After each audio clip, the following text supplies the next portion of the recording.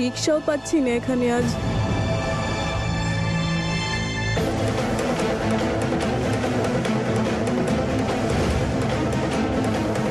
এমনিতেও আজ রাতে উকিল বাবু আসবেনি। তোমাদের আলাদা হওয়ার কাগজপত্র নিয়ে তোমরা দুজন সই করলেই ফুল বৌমা আর অঙ্কুশ একে অপরকে আংটি পরিয়ে একটা সম্পর্কে বাধা পড়বে।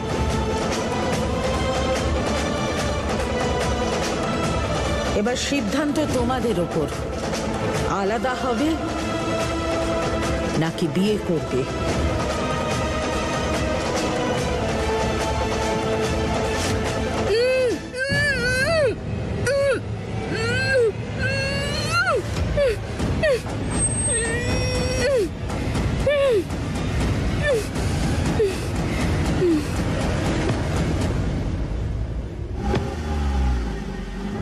মা ঠাকুরন, এটা দরজার কাছে রাখা ছিল। আচ্ছা,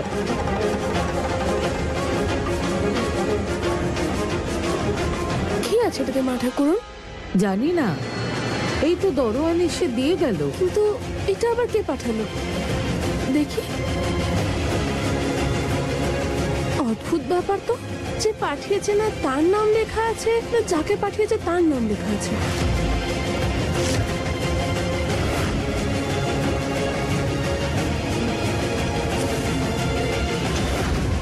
এই ফোনটা কার?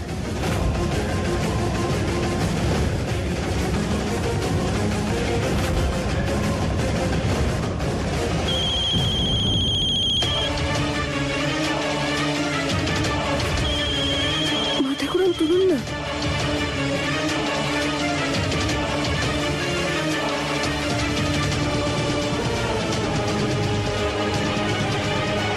শোভন আর ফুলকে যদি সুস্থ অবস্থায় ফেরত পেতে চান তাহলে বক্সে রাখা ঠিকানায় চলে আসুন।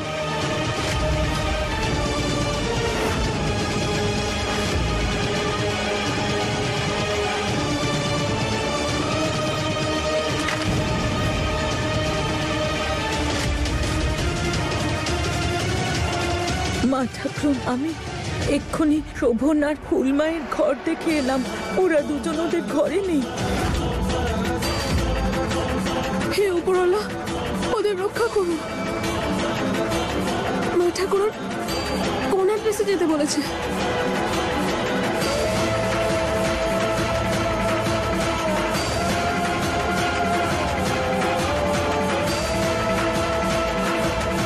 এই হলো ঠিকানা। বেশি চালাকি করো না, না হলে পস্তাবে।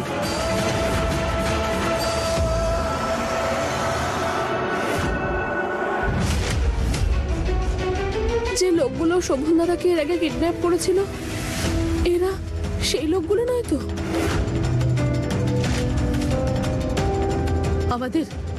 আমাদের এই ঠিকানায় তাড়াতাড়ি যেতে হবে।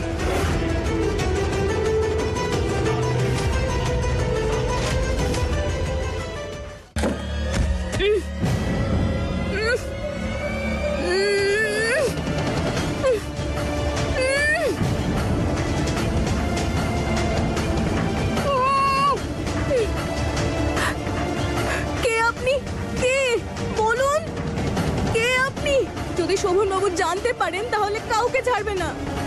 কে কে এখানে? কে আপনি? কোথায় নিয়ে এসেছেন আমাকে? কে আপনি বলুন? আমরা চলে এসেছি। ফুলবৌমা,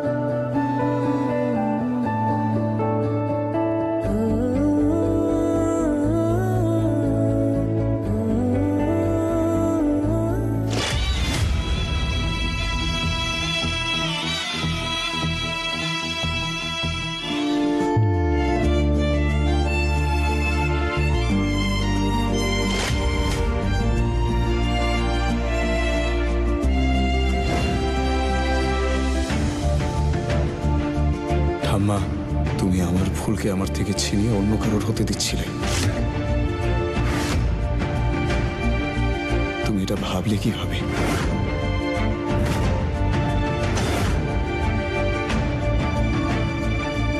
ফুল আমার, শুধু আমার।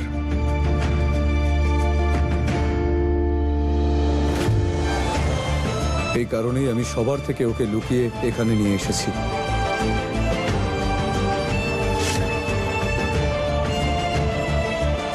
ওকে নিজের করার জন্য, সারাটা জীবনের জন্য।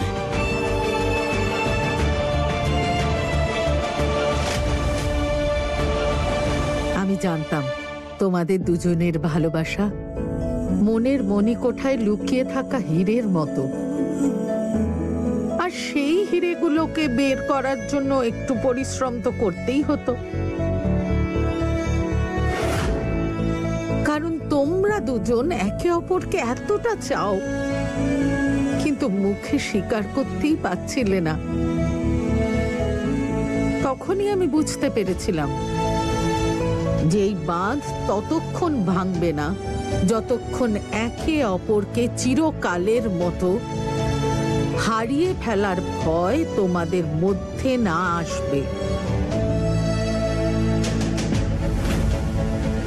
তোমার মুখ থেকে তোমার মনের কথা বের করার জন্য আমায় ওকে আনতে হয়েছে। ফুল বৌমার নকল বর।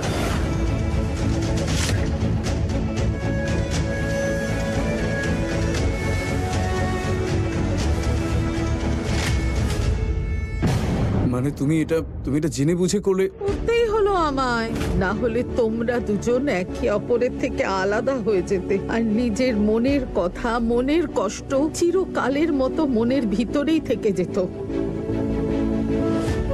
কোনো মা তার সন্তানকে কষ্ট পেতে দেখতে পারে না।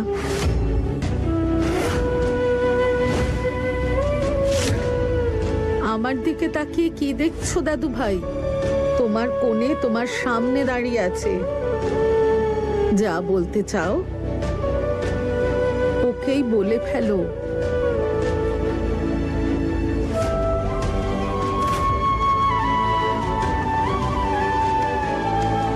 বলো।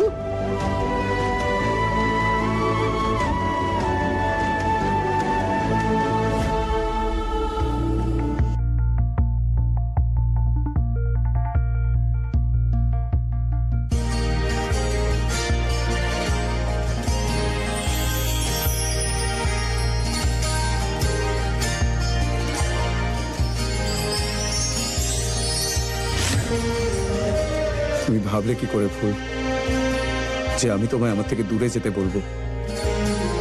যে মানুষটা আমায় ভালোবাসার মানে শেখালো, যে সব সময় ছায়ার মতো আমার পাশে থাকলো, যে পাশে থাকলে আমার মুখে হাসি ফোটে, আর সে দূরে চলে গেলে কষ্ট পাই। যে আমায় স্বপ্ন দেখতে শেখালো, আমার প্রতিটা স্বপ্নে যে মানুষটা সবসময় থাকলো, তাকে নিজের থেকে কিভাবে দূরে ঠেলে দিই। আমি তো অপেক্ষা করছিলাম, প্রার্থনা করছিলাম যে তুমি একবার বলে দাও যে তুমি এই সম্পর্কটায় আমার সঙ্গে থাকতে চাও, যে তোমার মনে আমার জন্য কিছু আছে।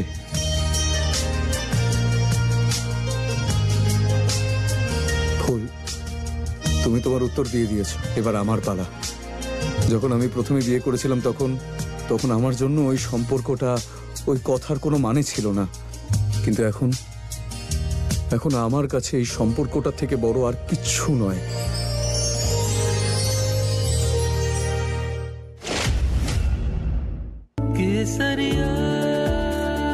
ফুল, আমি তোমায় বিয়ে করতে চাই।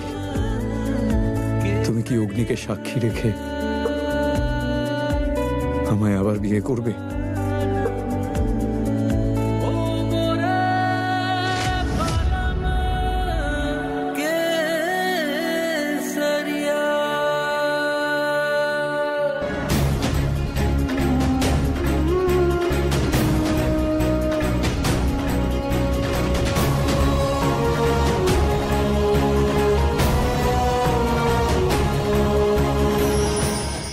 শোভনবাবু, আমি আপনাকে বিয়ে করব।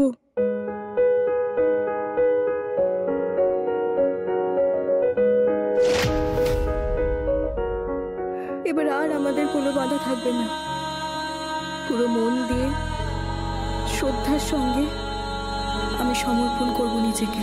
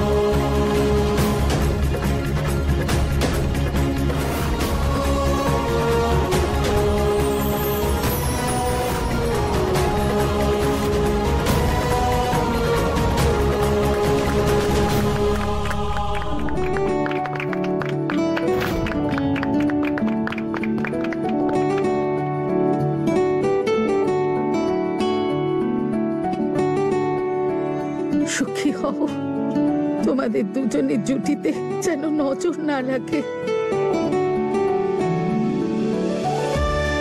ভালো থেকো।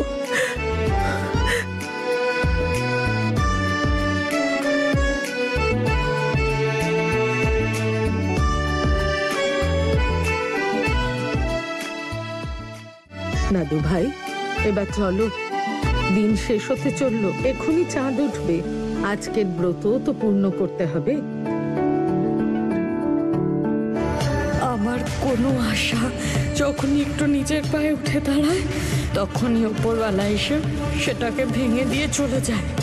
ভেবেছিলাম আমি আজ এই ফুল বাড়ি থেকে আর শোভন বাবার জীবন থেকে সারা জীবনের জন্য চলে যাবে, কিন্তু এখানে তো এরা এক নয়, 7 জনম একসাথে থাকার জন্য নাম লিখিয়ে এসেছে।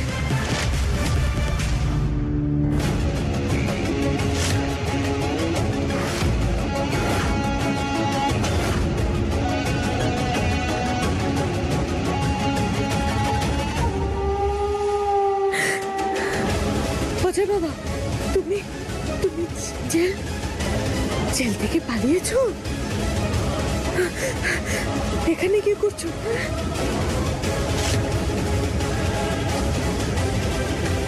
শোনো, জেল থেকে পালিয়ে কোথাও গিয়ে লুকোনোর বদলে তুমি এই অবস্থায় ঘুরে বেড়াচ্ছ, মাথা খারাপ হয়ে গেছে। মা, আজকে আমি ফুলকে শেষ করে দেব। তুমি সরো। আরে কোথায় যাচ্ছ? মা, যেতে দাও আমাকে। আবার ধরা করতে চাও না তুমি? চলো আমার সাথে, ঘরে চলো, চলো।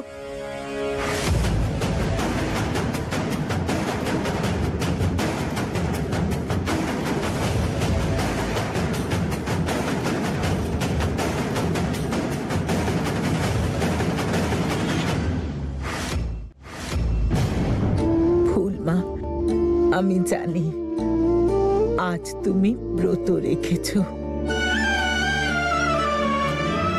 এসো, চলো।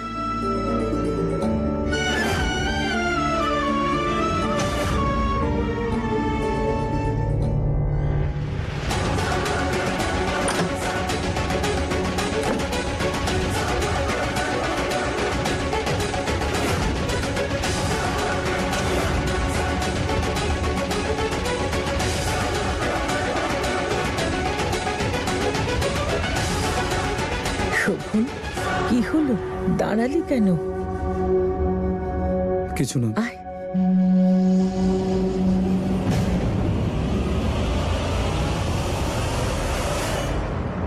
মা, তুমি আমাকে আজকে কেন আটকালে? আজকে এই ফুলকে আমি শেষ করে দিতাম। ওর সাথে সাথে তোমার খেলাটাও শেষ হয়েছে তো। তোমাকে যদি আমি না আটকাতাম তাহলে এইবার জেলের ওই কোনায় চলে যেতে, যেখান থেকে তুমি সোজা ফাঁসির জায়গায় গিয়ে পৌঁছাতে, বুঝলে? যতক্ষণ না এই ছবিটা দিয়ে আমি ফুল আর শোভনকে শেষ করতে পারছি, ততক্ষণ পর্যন্ত আমি শান্ত হব না মা। আমি বলছি তুমি আমাকে যেতে দাও মা। ছাড়ো এটা বাবা, ছাড়ো এটা। সব কাজ করার একটা সময় থাকে, জায়গা থাকে, সুযোগ থাকে। তুমি পাবে সেই সুযোগ, নিশ্চয়ই পাবে। কিন্তু তুমি এখন আমার সাথে বাড়িতে চলো। আর শোনো, পেছনের রাস্তা দিয়ে আসবে। আমি তোমার জন্য কিছু টাকা পয়সা জোগাড় করছি। সেগুলো নিয়ে তুমি কিছুদিনের জন্য শহরের বাইরে চলে যাও। যখন ব্যাপারটা ঠান্ডা হবে আমি নিজে তোমাকে ডেকে নেব। কিন্তু এখন আর কিচ্ছু না, প্লিজ এখান থেকে যাও। না, আমি ওই ফুলকে শেষ করে দেব যে আমার জীবনটা শেষ করে দিয়েছে। এই বাড়িতে না কারোর মুখে আনন্দ থাকবে না, দুঃখের ছাপ থাকবে। আমি বুঝতে পারছি অজয় বাবা, আমি তোমার সব কষ্ট বুঝতে পারছি। ধৈর্য ধরো, যেটা তুমি চাও সেই সব কিছু হবে বাবা, সব হবে। আমি কিছুতেই ওদের দুজনকে একসঙ্গে থাকতে দেব না। এখন তো শুধু ওরা নিজের মনের কথা একে অপরকে বলে আনন্দ পাচ্ছে।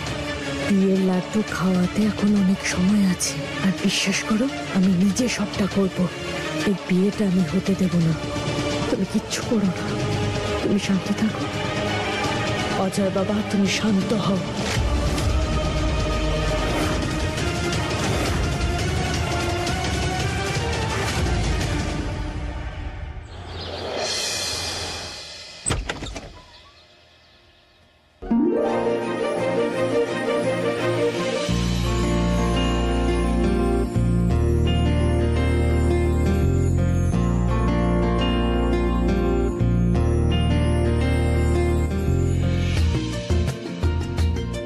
মা ঠাকুরন, এসব কালকে তো তোমাদের বলেই দিয়েছিলাম, তোমাদের সিদ্ধান্ত ঠিক করবে যে বিয়ের জন্য ঠাকুরমশাইকে ডাকতে হবে নাকি আলাদা হওয়ার জন্য কাগজপত্র তৈরি করতে হবে। কিন্তু তোমরা দুজনেই যখন বিয়েটাকেই বেছেছো, তাহলে দেরি কিসের? আরে আজকের দিনের মতো ভালো দিন আর কবে হবে বিয়ের বাঁধনে বাধা পড়ার জন্য? মা ঠাকুরন, আপনি তো নিজের টিমের লোকেদেরকেই সারপ্রাইজ দিয়ে দিলেন। এই যে তোমাদের দুজনের জন্য বিয়ের পোশাক। আজকে রাতে নিয়ম কানুন মেনে বিয়েটা করবে আর তারপর নিজের বউয়ের ব্রতটা ভাঙবে।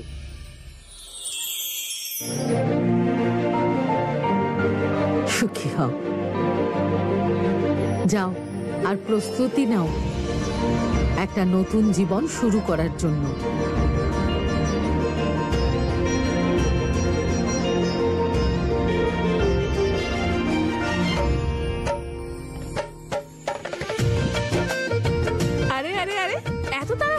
আছে নিয়ম অনুযায়ী বর বউ বিয়ের আগে একে অপরকে দেখতে নেই। দীপিকা, দাদা, নিয়ম কানুনের মধ্যে আমরা তো কিছুই করতে পারবো না দাদু ভাই। একটু অপেক্ষাই তো করতে হবে। হ্যাঁ, বাস একটু অপেক্ষা।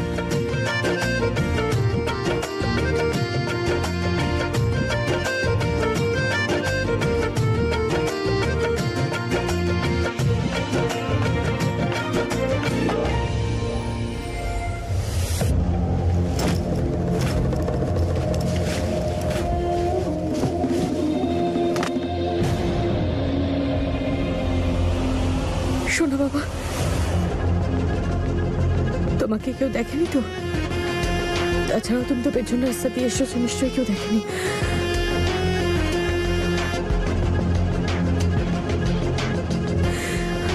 তুমি তো এতদিন ধরে ঠিক করে কিছু খাওনি, তাই না?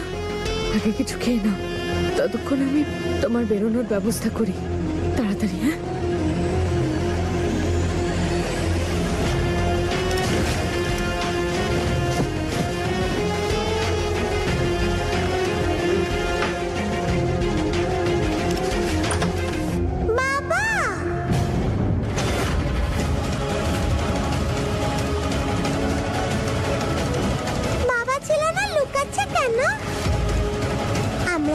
লুকোচুরি খেলবো? দিনের বেলা স্বপ্ন দেখিস নাকি তুই? তোর বাবা এখানে ছিল না, আর তুই এখানে কি করছিস? আমি বিয়ে বাড়ি যাবো, সাজিয়ে দাও না। কি? কার বিয়ে? হ্যাঁ, কাকু আর কাকিমণির বিয়ে। মাও তো বিজি, আমাকে কে সাজিয়ে